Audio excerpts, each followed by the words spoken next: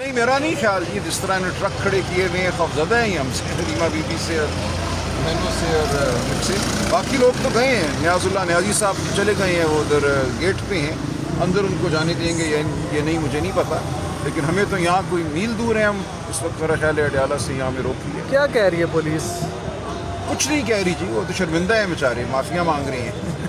کیونکہ last time تو condition تھی کہ اگر میڈم علیمہ رک جائیں تو باقی چلے جائیں.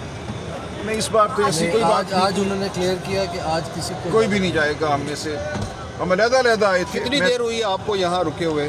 دیکھیے جی مجھے تو اب گھنٹہ ہونے کو آیا ہے. میں تو وکلا کی میٹنگ کے لیے آیا تھا. تھوڑی دیر بعد بہنیں بھی پہنچ گئیں, قاسم صاحب پہنچ گئے, تو ہم سب کو روکا ہے انہوں نے. باقی کچھ لوگوں کو جانے دیا ہے.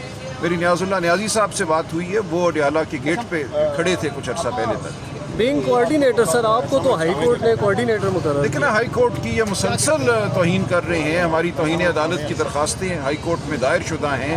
ہائی کورٹ کو فرصت شاید نہیں مل رہی ان درخواستوں کو سننے کی. تو بالکل یہ اس وقت لاقانونیت ہے. ہائی کورٹ کا حکم نہ مانے, ہم ہائی کورٹ جاتے ہیں, وہاں سنوائی نہیں ہو رہی, اور سڑک پہ جو صورتحال ہے وہ آپ کے سامنے ہے. تمام تر کوششوں کے باوجود ملاقات نہیں ہو رہی, تو پارلیمنٹ میں بھی کوئی اتنی آواز نہیں اٹھائی جا رہی, اور پارٹی کے اپنے اختلافات. پارلیمنٹ کو بالکل آواز اٹھانا ہوگی. میں بات کروں گا پارلیمانی پارٹی سے, بالکل یہ بات پارلیمنٹ میں اٹھے گی اب انشاءاللہ.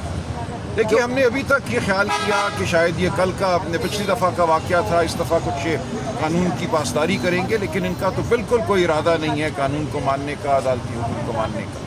سر بیرسٹر گور صاحب کی بڑی سخت ہم نے دیکھا کہ وہ پارٹی کے حوالے سے بول رہے ہیں اور آپ کو بھی تنقید کا نشانہ بنا رہے ہیں. کیا چلے وہ کس لیے بنا رہے ہیں مجھے نہیں پتا. میں نے تو اصول کی بات کی ہے کہ جو شخص لسٹ میں نہیں ہے اس کو نہیں جانا چاہیے, وہ خواہ کوئی بھی ہو.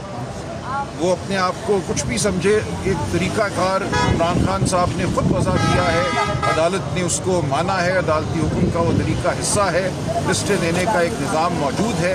اگر اس لسٹ سے باہر سے کوئی آتا ہے تو پھر اس کو بتانا ہے کہ اس کو کس نے بلایا, اس کا کس سے تعلق ہے, کہاں اس کی کوئی بات ہوئی جس کے نتیجے میں اس کو راستہ ملا جو ہمیں نہیں ملتا عدلیہ کے حکم کے باوجود.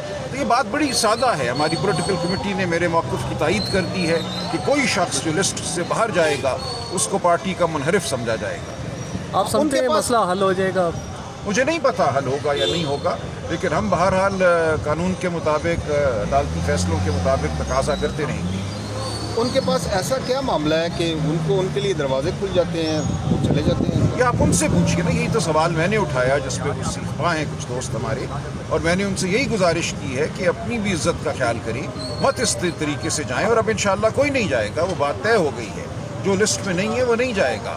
آج لسٹ میں ہیں بیرسٹر گوہر صاحب, وہ اگر جاتی ہیں تو ضرور جائیں.